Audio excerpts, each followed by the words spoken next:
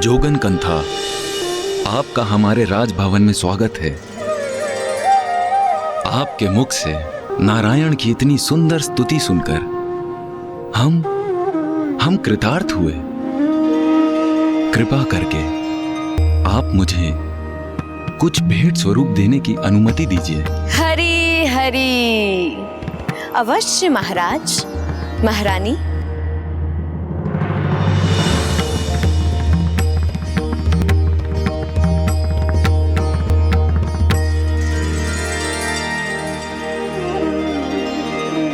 महाराज, महारानी, आपकी कन्या तो विवाह योग्य हो गई है। आप बिल्कुल उचित कह रही हैं जोगन कंथा। हमारी पुत्री पार्वती को आशीर्वाद दीजिए जिससे उसका विवाह शीघ्र संपन्न हो।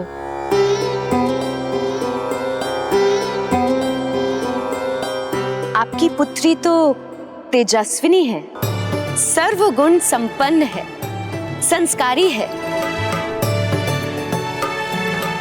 इनका वर बनने हेतु तो ब्रह्मांड के अनेकों सुकुमार रूपवान राजकुमार उपस्थित हो जाएंगे।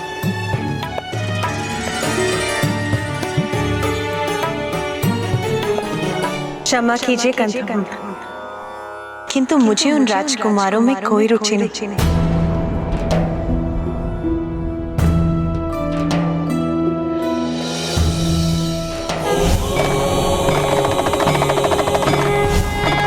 ओह, हरि हरि हरि। तो कोई एक है जो विशेष है, जिससे विवाह करने की इच्छा है तुम्हारी? माता, मुझे ऐसी पुत्री चाहिए जो महादेव की पत्नी बनने की अधिकारी हो। मैं तुम्हारी पुत्री बनकर तुम्हारी मनोकामना अवश्य पूर्ण करूंगी। नहीं जोगिनी माता, हमने हमारी पुत्री के लिए किसी विशेष वर का चुनाव नहीं किया है, किंतु हम हमारी पुत्री पार्वती के लिए एक अति उत्तम वर को ढूंढ रहे हैं। हरि हरि हरि। वर आप नहीं ढूंढेंगे महाराज, क्योंकि प्रत्येक कन्या का वर उसका भाग्य पूर्व में ही निर्धारित कर देता है, और आपकी कन्या को तो उसका भाग्य ज्ञात भी हो गया है।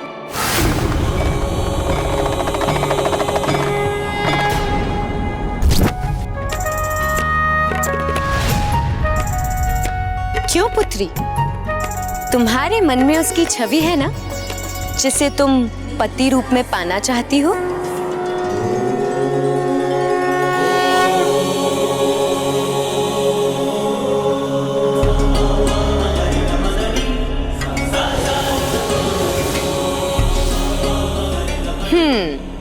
देखा, मैंने कहा था ना, कन्या को तो भली भांति ज्ञात है कौन होगा इसका पति,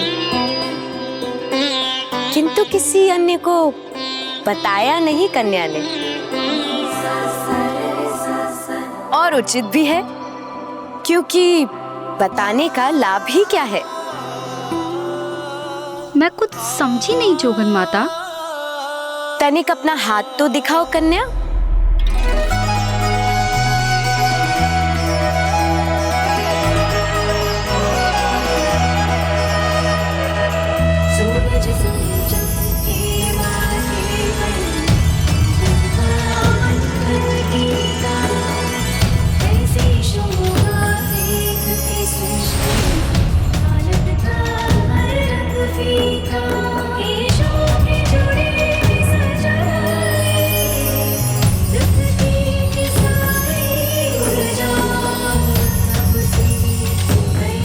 ऐसा क्यों आभास हो रहा है मुझे, जैसे स्पर्श से मैं पूर्व काल से ही परिचित हूँ। ये जोगन मुझे ऐसा आभास करा रही है जैसे दीर्घ काल से ही मेरे प्रेम और समर्पण का किसी से अटूट नाता हो।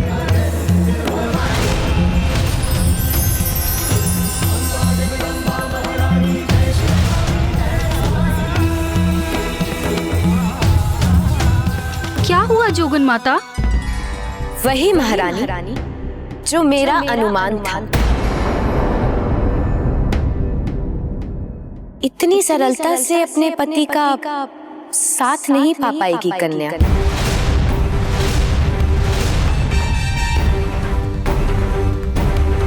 वो आपकी कन्या का भाग्य नहीं, क्योंकि उसके लिए इसे 3000 वर्षों तक कठिन तपस्या करनी होगी।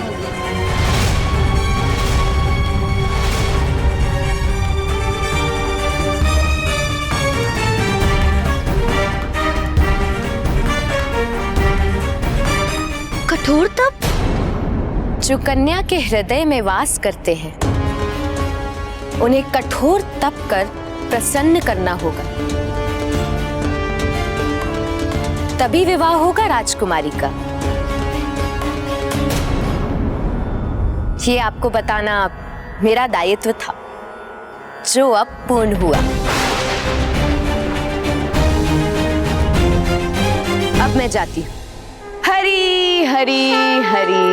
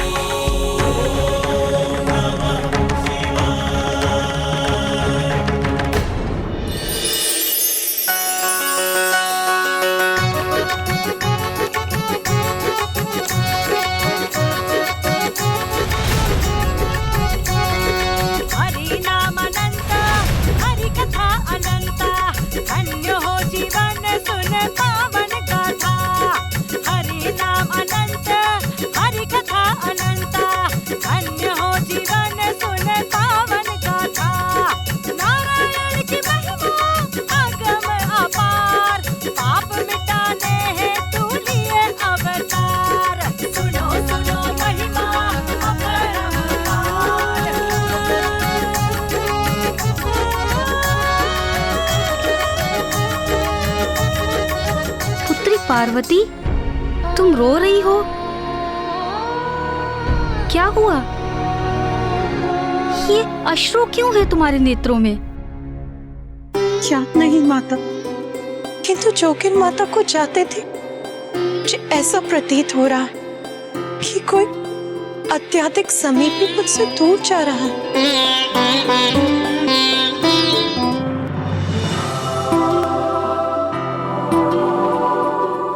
जोगन माता कंथा के कथन माता पार्वती के मन में गूंज उठे थे। इसीलिए माता पार्वती ने अपनी 2 प्रिय सखियों के साथ वन जाकर तप करने का निर्णय लिया। किंतु माता आदिशक्ति के इस निर्णय ने उनके माता पिता के मतों में भिन्नता ला दी।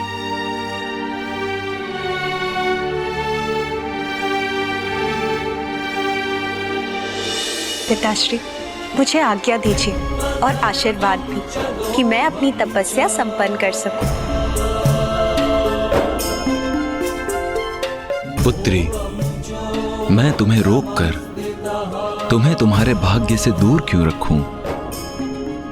सभी को अपने जीवन का लक्ष्य प्राप्त करने हेतु प्रयास करने का पूर्ण अधिकार है। मैं तुम्हें तुम्हारे इस अधिकार से वंचित कैसे रख सकता हूं? माँ, मत जाओ पुत्री, हठ मत करो, बड़ा कठिन होता है तब। तुम एक राजकुमारी हो, बचपन से ही समस्त सुख सुविधाओं में बड़ी हुई हो। वन में तपस्या में जो कष्ट होंगे उन्हें कैसे सहन कर पाओगी तुम? वन में वन्य जीवों के मध्य कैसे रह पाओगी तुम? ऐसे निर्जन स्थान पर मैं तो अपनी पुत्री की कभी कल्पना भी नहीं कर सकती। माँ, माँ, मुझे ना ही कोई भय है और ना ही राजभवन के किसी भी सुख की कोई लालसा। और मैं ये तपस्या अपने पति को पाने के लिए ही करने जा रही हूँ। माँ, मुझे अनुमति दीजिए कि मैं ये तपस्या पूर्ण कर सकूं।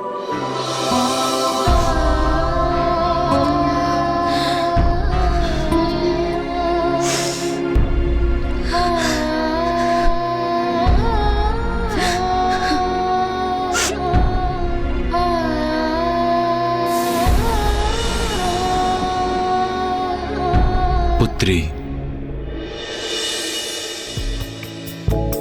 प्रीत की सच्ची कहानी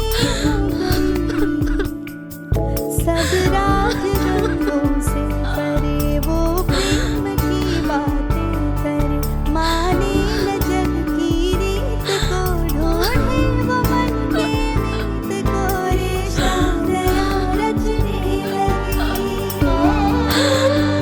उमा, उमा बाहर मत जाओ उमा।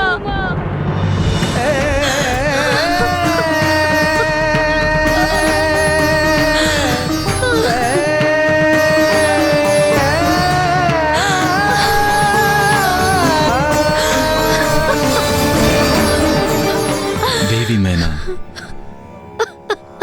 जाने दीजिए पुत्री पार्वती को। जोगन माता ने उसका मार्गदर्शन किया है। महादेव को पाने हेतु उसका तपस्या करना अनिवार्य है। तप करने से उसे अपने जीवन में लक्ष्य की प्राप्ति होगी। इसीलिए पुत्री पार्वती को मत रोकिए, उसे अपने पथ पर अग्रसर होने दीजिए। जाओ पुत्री।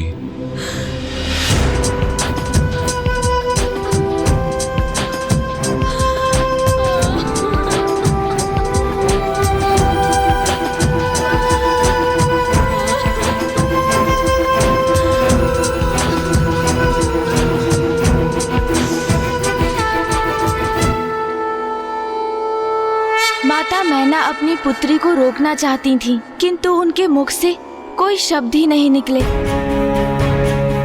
और रुदन करते समय यदि वो कुछ कह सकी तो वो था उमा, उमा अर्थात रुक जाओ। इसीलिए तब से माता पार्वती को एक और नाम प्राप्त हुआ, उमा। अपनी पुत्री को कठोर तप हेतु वन जाते देख कितनी पीड़ा हुई होगी माता मैना को। अवश्य माता, ये तो सभी के लिए अत्यंत कठिन था, किंतु यही तो थी महादेव की वो परीक्षा जिसमें सफल होकर ही माता पार्वती उनका सानिध्य पा सकती थी। और फिर माता पार्वती अपनी सखियों माता जया और माता विजया के साथ गंगोत्री के श्रृंगी तीर्थ पर चली गईं और उन्होंने अपनी तपस्या आरंभ की।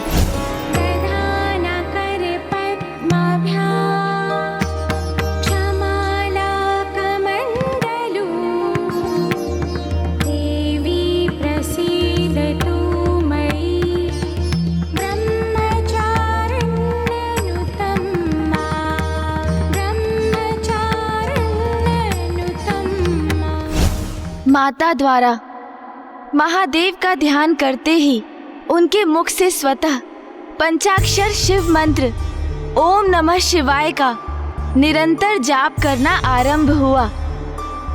किंतु माता ने अभी अपनी तपस्या आरंभ ही की थी कि तभी वहां अट्टासुर और नाराज पहुंच गए।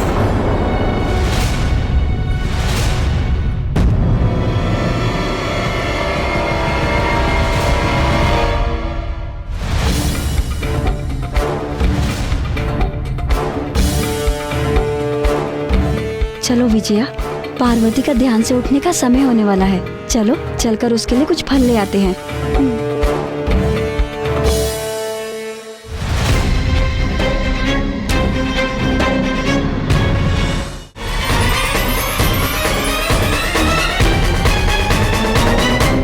देवी आदि शक्ति अपनी तपस्या में लीन है, कहीं हमारे यहाँ होने का आभास न हो जाए उन्हें। अटासुर, यही है देवी आदि शक्ति? हाँ, यही है वो। कितने भीरू असुर हो तुम, एक साधारण नारी से डरते हो? साधारण नहीं, असाधारण है वो, क्योंकि मैं इनकी शक्ति का साक्षी रह चुका हूँ।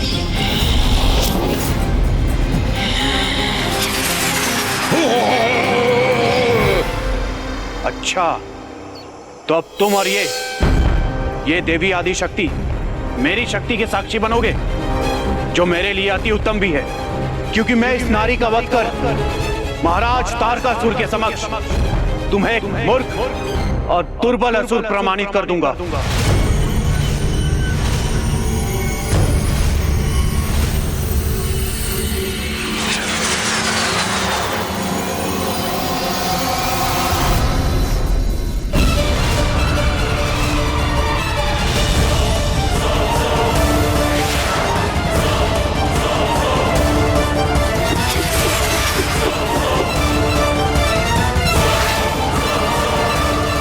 गया तो है ये विस्मयी असुर, किंतु ये लौट सकेगा अथवा नहीं ये ज्ञात नहीं मुझे।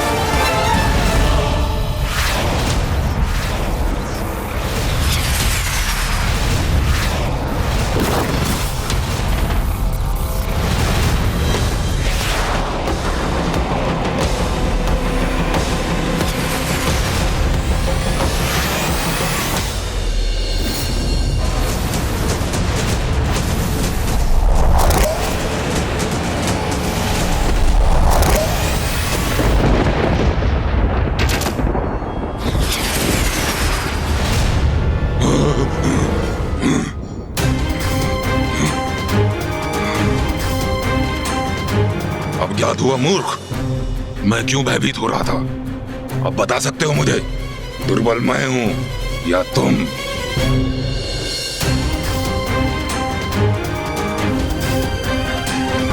माता ने एक ही वार से तारकासुर के मायावी महायोद्धा का वध कर दिया और वो पुनः तपस्या में लीन हो गई।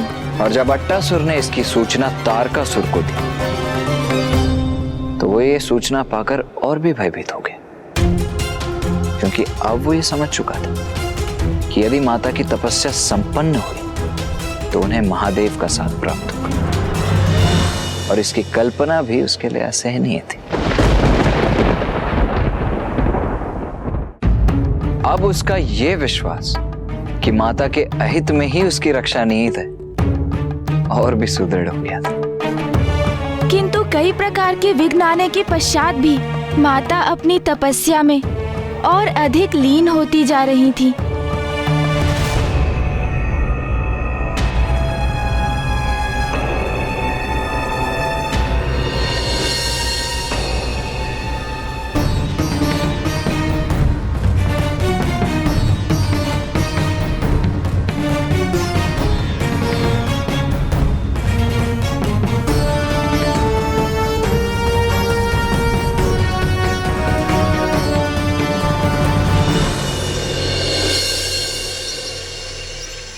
वर्षा, ग्रीष्म और शीत ऋतुएं आती जाती रहीं, किंतु माता अपने स्थान पर स्थिर पंचाक्षर शिव मंत्र का निरंतर जाप करती रहीं।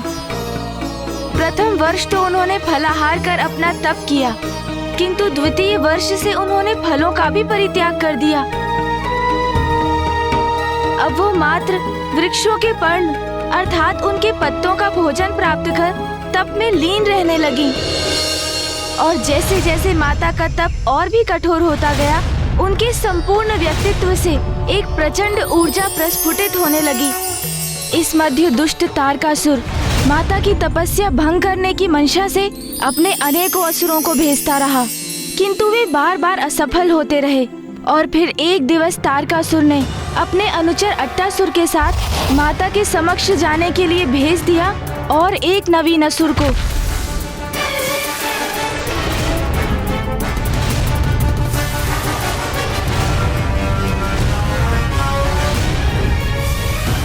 जाओ मूर्ख जाओ, तुम भी अपनी शक्ति का प्रयोग करके देख लो।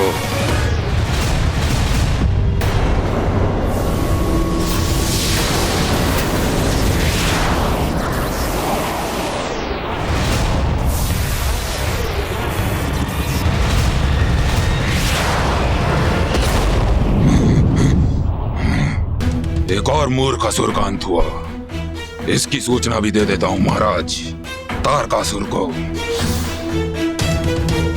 माता पार्वती ने पुनः तारकासुर द्वारा भेजे असुर महायोद्धाओं का अंत कर दिया था। और वो अब और भी गहरी तपस्या में जा रही थी। पार्वती, ये लो पर्ण। और फिर एक समय ऐसा भी आया जब माता ने पर्ण अर्थात पत्तों के आहार का भी परित्याग कर दिया।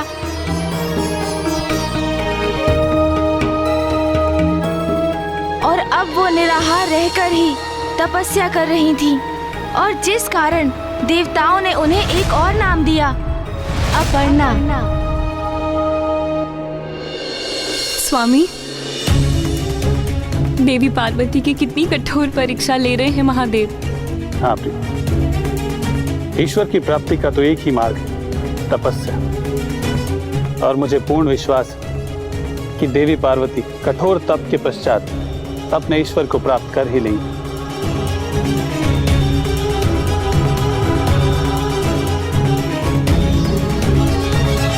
पार्वती, ये तो परीक्षा का एक आरंभ मात्र है तुम्हारे लिए। ऐसी कई परीक्षाओं का सामना करना तो विशेष है तुम्हारा।